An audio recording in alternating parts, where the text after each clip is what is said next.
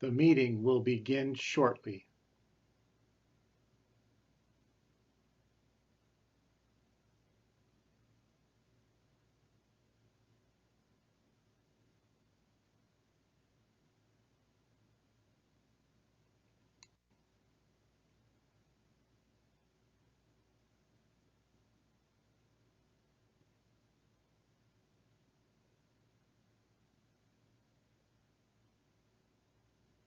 The meeting will begin shortly.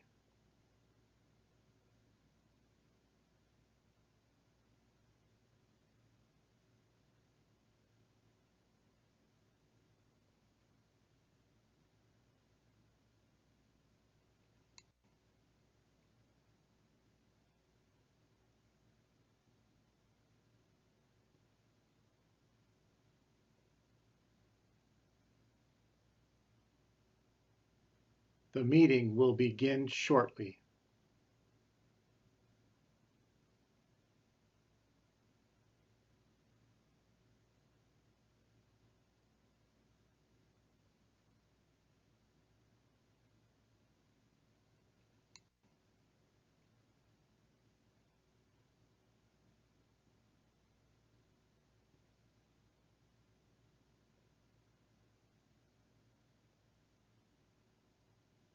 The meeting will begin shortly.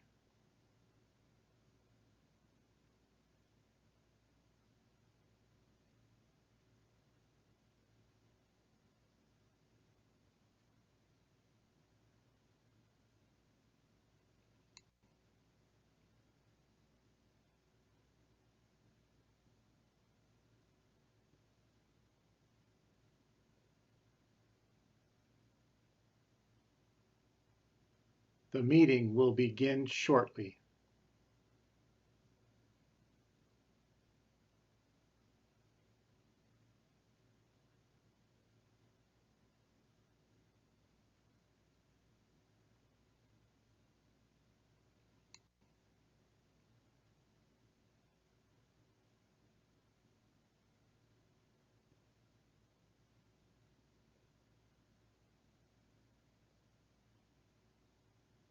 The meeting will begin shortly.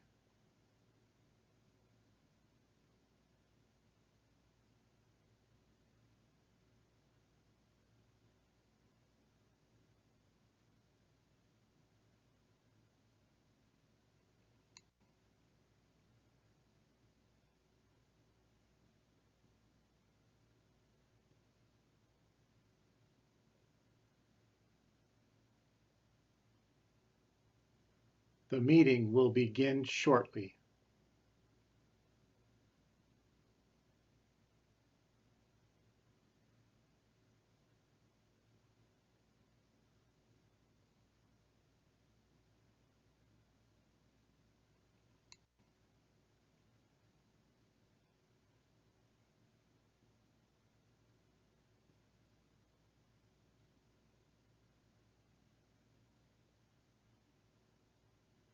The meeting will begin shortly.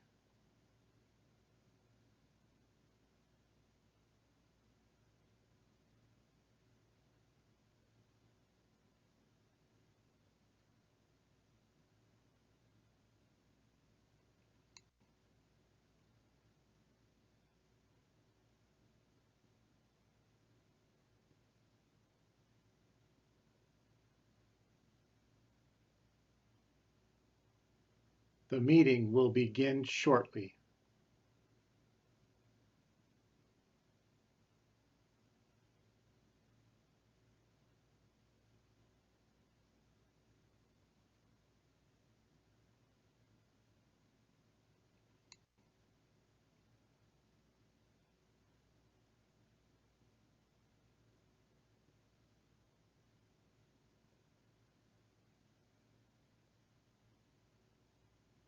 The meeting will begin shortly.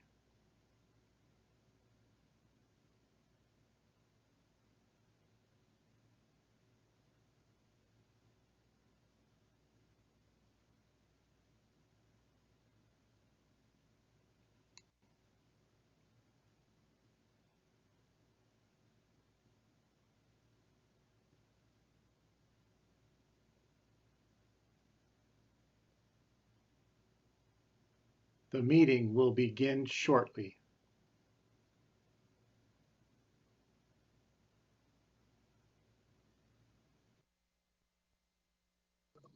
Welcome everybody to a meeting of the Ontario City Council. In accordance with the Governor's declarations of emergency, this meeting is being conducted by teleconference and video conference and in-person attendance. This meeting is being live broadcast on local cable channel 3 as well as internet live stream on our city website. We appreciate your understanding during this unprecedented time of social distancing under the Governor's emergency orders. All documents for public review are on file with the Records Management Clerk's Department. Anyone wishing to provide public comment or to address the council has been provided alternative means to do so, including U.S. mail, email, a website comment form, as well as the ability to call in live during appropriate times of the meeting. All public comments received by the established deadline for this meeting will be included as part of the official meeting record. In accordance with state law, remarks during public comments are to be limited to subjects within council's jurisdiction. Remarks on other agenda items will be limited to those items. So the first order of business, Madam City Clerk, is a roll call. Thank you, Mayor Leon. Yes. As I call your names, would you please answer present or here? Mayor Leon, I'm here. Mayor Pro Tem Doris Parada, Here. Councilmember Wapner, Here. Councilmember Bowman, Here. Councilmember Valencia. Here. All council are present at this meeting and participating via Zoom. All right, and now for the Pledge of Allegiance led by Councilmember Wapner. Thank you, Mr. Mayor. Please join me in a pledge to our great flag. I pledge allegiance to the flag of the United States of America and to the republic for which it stands, one nation under God, indivisible, with liberty and justice for all.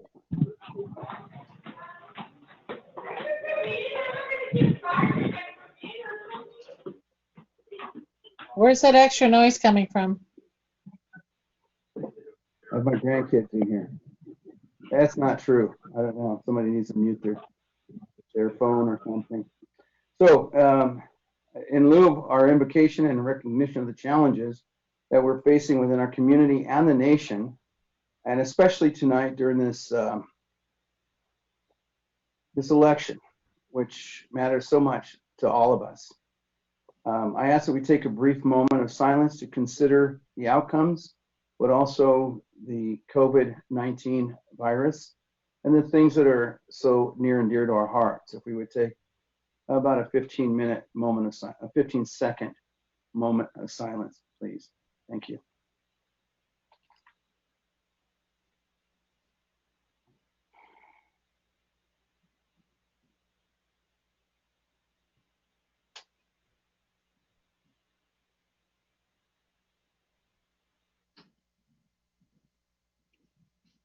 Thank you.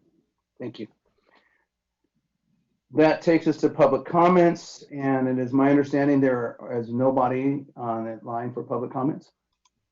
Yes, Mr. Mayor, we have no written comments. We do have one emailed comment that was given to all of the council from Ms. Linda Koenig regarding truck route concerns, and we have no callers on the line.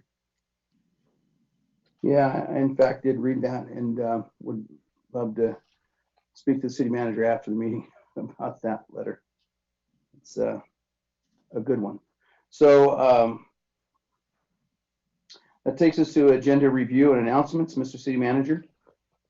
Yes, sir. We're going to I can't hear you. Can you hear me, sir? No. How about now? No. Barely. I think I'm hearing you down the hall. How about now? Now Yes. I can hear That's you. better. Okay. Forgive the Time Life operator look.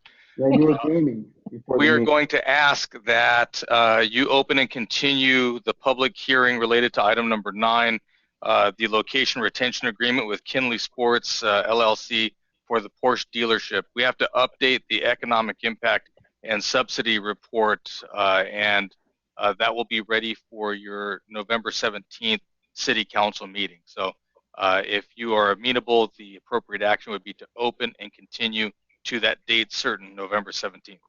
That's it, sir. Okay. As noted. So we'll move to the consent calendar. All matters listed under consent calendar will be enacted by one motion. There'll be no separate discussions on these items unless a member of the council requests an item to be removed from the consent calendar for a separate vote. Although we do have a caller, I believe, to speak to item number 8. Madam City Clerk, let's hear from the caller. Mr. Mayor, the person hung up, so they are no longer on the line. Okay, and that was no fault of ours. Okay, so having that on record, we have already heard, or we haven't heard any public comments. So I'll entertain a motion or discussion from Make a council. motion that we pass the consent calendar. Second. Motion to approve by Mayor Pro Tem Parada, second by Councilmember Bowman. We'll have a roll call vote. Madam City Clerk? Thank you. Mayor Leon, Yes. Mayor Pro Tem Doris Parada, Yes. Councilmember Wapner, Yes. Councilmember Bowman, Yes. Councilmember Valencia. Yes. Motion carries unanimously. Okay, so that takes us to item number 9, Madam City Clerk. Thank you, sir. This is an item that's going to be continued. It is a public hearing regarding economic development subsidy reports and retention agreements with Klein Motorsports, LLC, and consideration of a resolution accepting the economic development subsidy report, approving the operating and covenant agreement, and making related findings. Notice of public hearing has been given. Affidavits of compliance are on file, and we have no written communications. All right, thank you. We'll open the public hearing, and by request of the city manager, we're going to go ahead and continue this to our November 17th meeting. Mr. Mayor, if you would, please take a motion and a second on that continuance so that the clerk can record the vote, please. Okay, so So move. so moved by Councilmember Bowman. I'll second it. We'll take a roll call vote.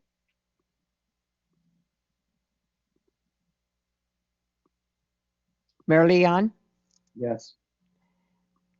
Mayor Pro Tem Doris Parada, Yes, ma'am. Councilmember Wapner, Yes. Councilmember Bowman, Yes. Councilmember Valencia.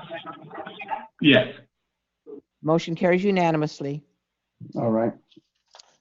So it'll be continued to the next meeting on November 17th. Item number 10, Madam City Clerk, is administrative report. Thank you. This is the introduction of an ordinance of the City Council of the City of Ontario, California, amending Chapter 10 of Title II of the Ontario Municipal Code relating to campaign contribution limits. All right, thank you. Our city attorney, would you like to please elaborate on what this is about? I would, Mr. Mayor, thank you very much. And I will briefly remind the council that at the end of 2019, the California legislature adopted a bill called AB 571. The governor signed that bill, which has the effect of providing that for local jurisdictions, meaning cities and counties that do not adopt their own campaign finance limitations or limits before January 1st of 2021, the state would automatically impose the statewide limits that currently apply to candidates for statewide office by way of the Assembly and the Senate. State law provides that those limits are set and adjusted by the Fair Political Practices Commission every 2 years. And the current limit in effect at the state level is $4,700 per election for those races. If a city or a county chooses not to adopt their own local limitations, that number would go into effect as a limitation. Your staff and I are recommending that the council consider and adopt your own local regulation to closely track the state limits, but to retain for the City of Ontario local control. So the ordinance before you tonight for first reading and consideration would adopt a local limit of $4,700 per year for candidates for mayor and city council, city treasurer, and city clerk in Ontario city elections, and that the council would have the ability to adjust and increase those limitations on an annual basis according to the consumer price index for that given year. The state legislation also provides that the FPPC, the Fair Political Practices Commission, would be in charge of enforcing in those cities that do not adopt their own limits, the statewide limits. The ordinance before you keeps, again, local control and provides that the city clerk's office and my office would enforce local limits as set by the council, with those penalties to be set at a later date soon after the new year starts. I am happy to answer any questions that the mayor or the council might have. Okay, well, at this time, I'll entertain a discussion or a motion from the city council. I'll make a motion that we pass the ordinance. Second. I have a question. I have a question Yes, Mr. Valencia. for the city attorney. So if we go ahead and adopt this, and we have the control to come back at a later date if we choose to, council chooses to do that, to change the actual limits if we adopt an additional ordinance? Mr. Mayor, if I may, so yes, I believe that's correct. Because the council will be adopting an ordinance into its Excuse me, Mr. Duran. Yes, There's sir. some serious background noise. Somebody needs to mute their microphone. That's better. Okay. Okay, there we go. Thank you, Mr. Mayor. As I was saying, because this would be an ordinance of the city council adopted into your municipal code, the council retains authority at any time to amend its municipal code. So if I understand Councilmember Valencia's question correctly, the question is, could the council go back and amend or adjust this particular limitation by amending the municipal code? The answer is yes. Of course, it would require a first and a second reading of an ordinance, and then it would go into effect 30 days after the second reading, similar to what we're asking you to approve here this evening. All right, so we've had a motion to approve in a second. We'll go ahead, unless anybody else has anything to say, we'll go ahead with the roll call vote, Madam City Clerk. Thank you. Mayor Leon, Yes. Mayor Pro Tem Doris Parada, Yes. Councilmember Wapner, Yes. Councilmember Bowman, Yes. Councilmember Valencia. Yes. This motion carries unanimously. All right. I did just want to make one comment that I always find it interesting that the state wants to levy different rules at the local level than they do for themselves, and always dipping down to the local level to try to impose controls that actually benefit them because of their desire to reach down into the local level and take control. A lot of people don't know at the state level they have something. You have the Assembly and the Senate, the two houses, but there's a third house in Sacramento that's a financial house.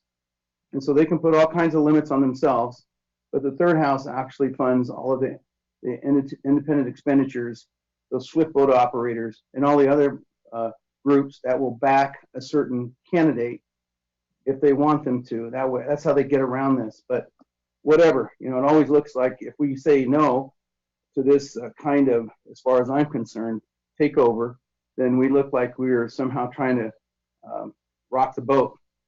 But the reality is, the only thing it makes it fair for is state level people to reach down and take more control of our local control. But given the circumstances that they are, that's why I say yes. So that moves us on to staff matters, Mr. City Manager. Nothing tonight, sir. All right, with that, you know, we have some pretty serious things going on. A lot of people are very, very interested in the national elections and the local elections too. I can see that even our own membership is absent tonight. So I'm going to just waive the council matters tonight. And I'd like to just say that we will see you at our next meeting and on November the 17th, no matter what the results of everybody's votes are. We're going to be here. We're going to be positive. We're going to take this city into the next season. And with that, this meeting is adjourned. Thank you. Thank you.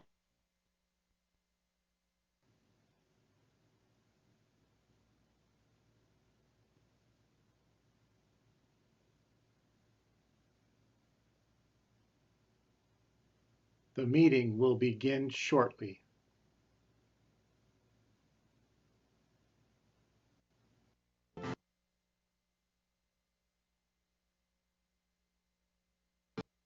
And every hand's a loser, and the best that you can hope